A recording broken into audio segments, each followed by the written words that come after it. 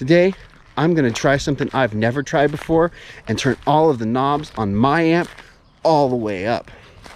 I don't know what's gonna happen. You wanna find out? Stick around.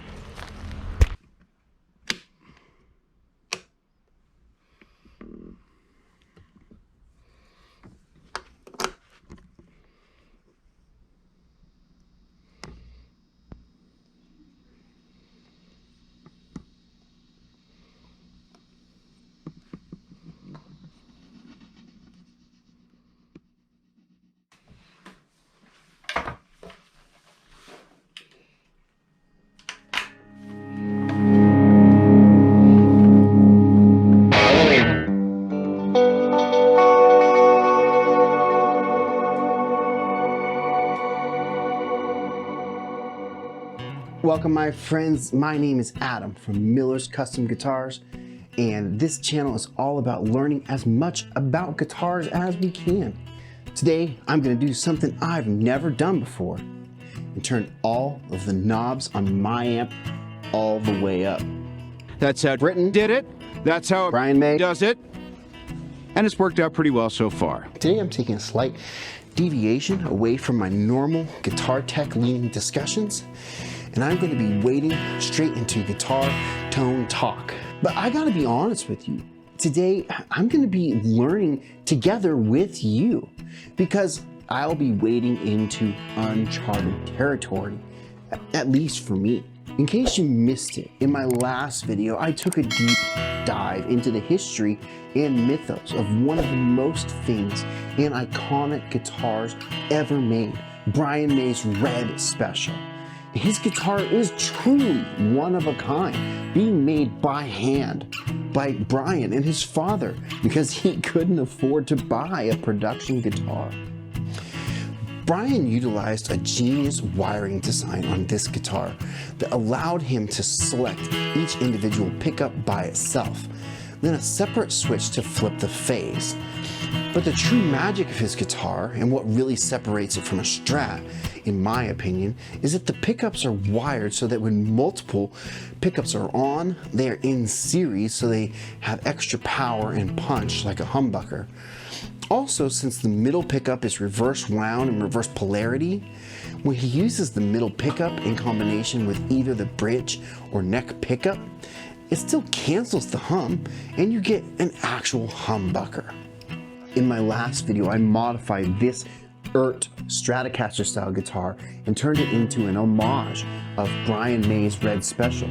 Not only did it give it a facelift, making a new pickguard from scratch that helps to convey the overall look of the Red Special, but I also completely redid the wiring and put my own spin on Brian's Red Special wiring, allowing for on and off and in phase and out of phase for each pickup, and all of the pickups are of course wired in series. With those modifications, my Eart Strat style guitar has morphed into a sweet rock and roll machine that still plays and feels just as good as it always did, but now it looks wicked and absolutely rips with way more tones than I think I'll ever use. And if you're interested in seeing how this transformation took place, click on the link in the show notes to watch that video after this one. At the end of my last video, I plugged the guitar in and played through each of the possible pickup combinations, and I was really excited about some of the possibilities. However, the whole reason I even started to go down this rabbit hole is because I wanted to try and get sounds that were closer to those achieved by Brian May. Brian May is one of the most influential guitar players for me and millions of others as well, and yet I've never truly tried to achieve his guitar tones. When you listen to Queen's music, you hear lots of different guitar tones, but when you watch interviews with Brian May, you find out that like 95% of the different tones that he gets, they all come from different combinations of basically three main components. Brian uses his iconic Red Special guitar, a modified version of a Dallas Rangemaster Treble Booster, and his Vintage Vox AC-30 Tube Amps. He has the amps cranked all the way up and all of the dynamics from his sound come from the interplay between the pickup selection on his guitar, including the volume and tone controls on his Red Special, that treble booster circuit, and his amps. Well, hey, look, I talked at length in the last video about Brian May's guitar, the infamous Red Special, so I'm not gonna belabor the point too much. Just know that that guitar can get 27 different switching options. And even if you discount redundancies, that leaves 13 completely unique pickup voicing options, and believe me when I say unique, and Brian uses all of them in conjunction with his volume and tone controls to create incredible dynamics and nuance in his sounds. But Brian's Red Special isn't the end of the story. Let's talk about his amps. Brian runs his guitar into 3 vintage 1960s 100-watt AC-30s that are cranked full out. When you see pictures of Brian's amps on stage, you'll see what looks like 9 Vox AC-30s, but 6 of those are just being used as slaved speaker cabinets. He's only using 3 of those as actual amps. And when you look at how he runs the controls, he literally has all of the knobs cranked all the way up. It's one of the craziest things I've ever seen. It's gotta be like the loudest stage volume ever. I don't know how he still has any hearing left. It's insane. Vox amps are known, they're famous for having this like chimey sound with lots of top and sparkle, and this sound has been loved for decades, and it has been used by the Beatles, the Rolling Stones, Dire Straits, The Edge from U2, Radiohead, not to mention countless other bands, and basically anyone who's ever played guitar in church, including myself. This chimey sound is easier to achieve when you plug into the top boost channel on the amp. On Vox AC-15s and AC-30s, they have 2 inputs. The top boost input has a 2-band EQ, bass and treble. Also has a channel volume and a master volume. On the normal channel, you lose the EQ controls and you're left with just a channel volume and a master volume. When I play my AC-15, I always use the top boost channel because you get all that chime that I mentioned. I always felt like the normal channel, it was just a little, I don't know, normal sounding to me. I don't know. On the normal channel, the only tone control that we have available to us is the tone cut knob, which effectively rolls off high end in the power amp section of the amp. The normal channel is also, it's not quite as hot and it's a little darker sounding. Most of us know by now that many classic guitar tones come from cranking up tube amps. Tube amps by their very nature just begin to overdrive and distort when turned up, causing the signal to compress in certain ways that can be very musical. This was originally seen as a design flaw or limitation, and the first manufacturers of guitar amps did everything they could to get the amps to play as loud and as clean as possible. Despite their best efforts, however, amp distortion soon began to be seen as a feature rather than a flaw, and guitarists around the world began cranking their amps to 11 on purpose just to achieve those distorted tones. Soon the world started seeing that artists like Hendrix and Page and Clapton and Marty McFly began cranking their amps all the way up, having their amps modified, and began experimenting with fuzzbox. Some of these musicians discovered the magic of turning their amps all the way up, and it is magic. However, what also can happen sometimes when you turn an amp all the way up is that an amp can begin to cave in on itself. One amp that was kind of famous for that was the Vox AC-30. When you have that much volume being amplified that way, it loses the chime and sparkle and even the musical overdrive and distortion. And the whole thing just becomes a woolly, muddy, distorted mess. Let's head over to my amp, which is an AC-15, and I'll try to show you what I mean. I've never tuned an amp all the way up before, but I've always wanted to do it. Let's see what happens.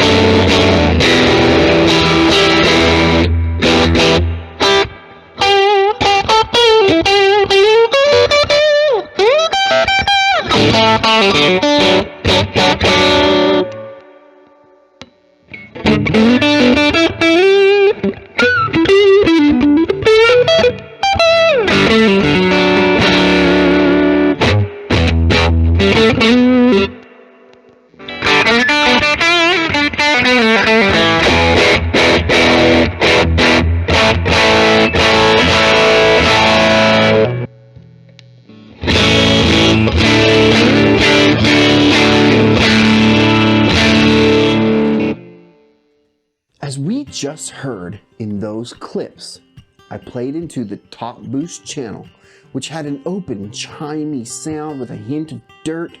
That's the sound I use basically all of the time with this amp. Then I plugged into the normal channel with the same settings, and you could hear the tone get much darker. Then I turned the controls all the way up, and it went from kind of decent sounding to Mud City. Also, you won't be able to tell this from the recorded guitar clips, but since this is the 15-watt version, while the sound was loud enough to annoy my kids in the next room playing Minecraft, I can tell you it wasn't super loud in the room, like you would get with a 30-watt or 100-watt version of the amp. Like my ears weren't hurting, and I wouldn't be at risk of my neighbors calling the cops. I don't know, unless it was super late at night or anything. But anyway, let's just talk about the actual tone that I was getting with the knobs maxed out. That's the famous Brian May tone that I've been chasing, the tone I love, right? Right, guys? Right? That's the tone. No. Absolutely not. No, that was awful. In my opinion, that tone was completely unusable. All the chime and the clarity, it was gone, and the lows and the mids are completely not able to keep up with what the amp is trying to do. Look, I mean, yeah, sure, there are some fun sounds in there, but for the most part, what I was getting was an absolute mess. What's going on here? Well, what is happening is that it takes much more power to amplify bass frequencies than it does treble frequencies. So when you turn everything up, the amp is trying to amplify all the frequencies, but since bass frequencies require so much more juice than everything else, most of the power of your amp is going towards amplifying that part of your signal. The result is that your guitar sound is kind of caving in on itself. This is not the classic Vox sound that everyone describes and we all know and love. But if that's true, how is Brian May using this as the platform to achieve all of his myriad of tones, because we know that he is. We've seen it.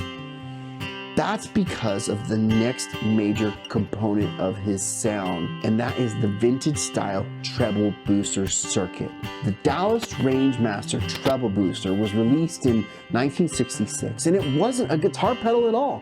It was a box that was intended to sit on top of your amp. The British amps of the 60s tended to sound great when overdriven. Also tended to get very woolly sounded, as we just demonstrated. The Rangemaster sought to address this problem by boosting the treble into these amps. This sounds like a simple solution, but as is always the case for guitars, it's actually much more nuanced than that. You see, the treble booster circuit doesn't just boost treble, it also drastically cuts the lows and mids of your signal. Also, it uses a simple germanium transistor boost circuit to do the actual boosting. That means that as you crank the volume knob, you actually can add more gain to the signal in a really cool way.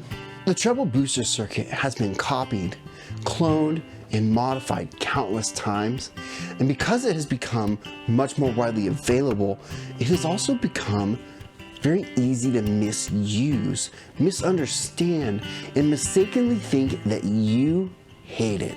And you will hate it if you use it wrong. Let me prove it to you. I borrowed a really excellent version of a classic Rangemaster treble booster circuit from a friend here in town. My friend Nick, he's an excellent customer of mine, and he's got some righteous gear, let me tell you. I've featured some of it before when I took a look at his 1981 Gretsch White Falcon. It was one of my pretty early videos. You can go take a look at that.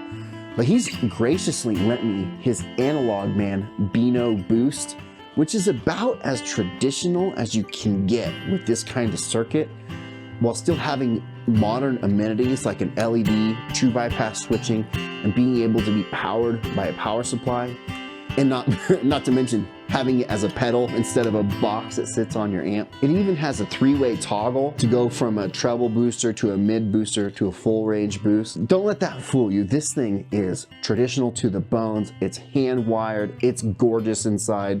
This thing's a monster. Today, we're gonna stay in treble boost mode, and we're gonna take a look at this thing. So I'm gonna take one of my guitars, in this case, let's say a Telecaster, and run it into my vintage 1965 blackface Fender Princeton. And I'll run the amp how I always set it, with the volume around 4.5, the treble at 10, and the bass at 8.5. I'll give you the bypass signal first, and then I'll turn the Beano Boost on. I'll have the treble boost set for a decent volume boost. Let's take a listen.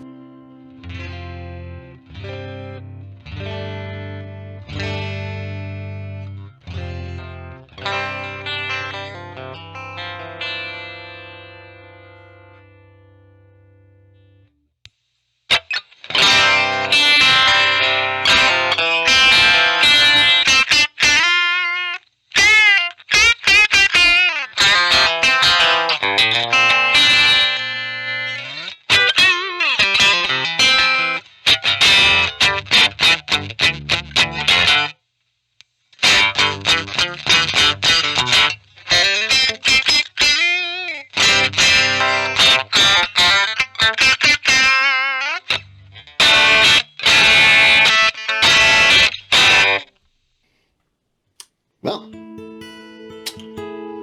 what did you think? If you're anything like I was the first time I heard that combination, you're thinking something along the lines of, why would anyone ever want that sound? That's just about the worst thing I've ever heard. And you know what? I still kind of think that. The reason is because a treble booster into a clean Fender style amp, especially with a bright guitar like that, it's just, well, it's just bad, man.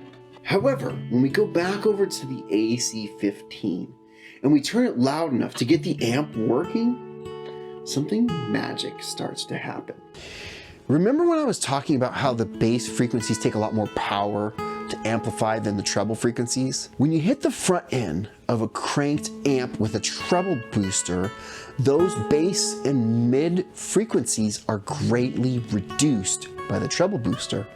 And this allows the amp to use the power that it already has to now amplify the frequencies that already are there, and those frequencies work better for guitar anyway, specifically the upper mids and treble frequencies. Crazy thing is that this actually allows the amp to be physically louder since it's not working as hard.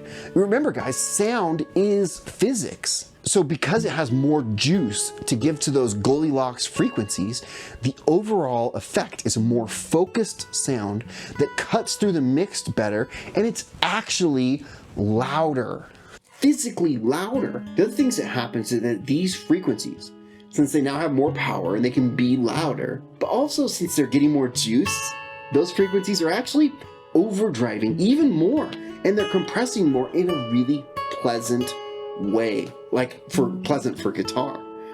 So let's go back to the AC-15 with the normal channel maxed out, and let's see what it sounds like when we hit it with the Beano Boost.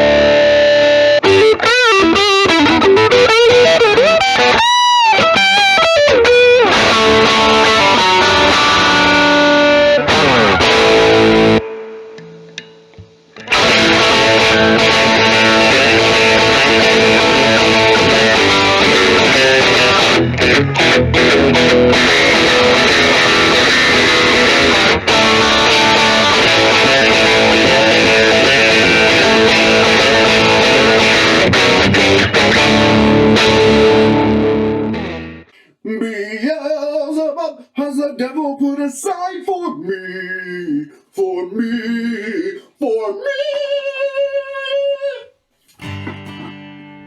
I have never in my life gotten a guitar tone that is anything like this. Not only is the overall sound louder, but it's even more nuanced and articulate. Even with the extra gain, I still have tons of clarity and control. But the real magic of this arrangement, and I think this is what Brian May found, is that the combination of Crank's amp into the treble booster with this guitar and all the switching options, it leads to some really righteous tone possibilities. Take a listen to some of these clips.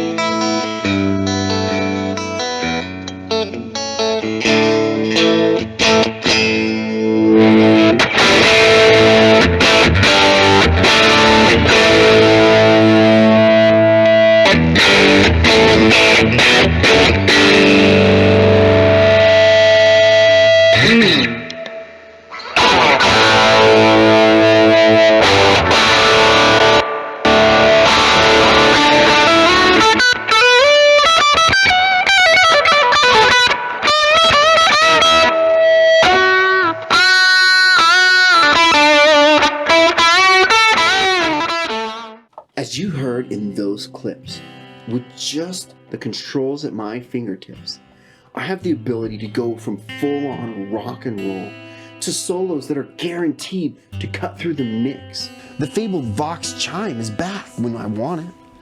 I can also roll down the volume control on the guitar for tons of dynamics without actually losing volume on the amp. Another thing that jumps out at me is that some of those out of phase sounds that sounded so weird in the last video, they make a lot more sense now because the frequencies overdrive in really interesting ways. I'm not saying that this is how I could live my guitar life with only one guitar, using only the volume and tone knobs to control my overdrive and no additional effects. I definitely couldn't. I'm not that kind of player. However, I can see how a person can find an entire career's worth of tones and inspiration in this setup, especially with a guitar like this with so many switching options. I've really enjoyed this entire process. And like I mentioned before, I'm so happy to add this guitar to my collection. I feel like I fundamentally understand one of my biggest guitar influences on a much deeper level, especially when it comes to his tone. I hope you learned something today. I know I did. And I hope that you'll turn your amp all the way up if you can. Someday, just do it once.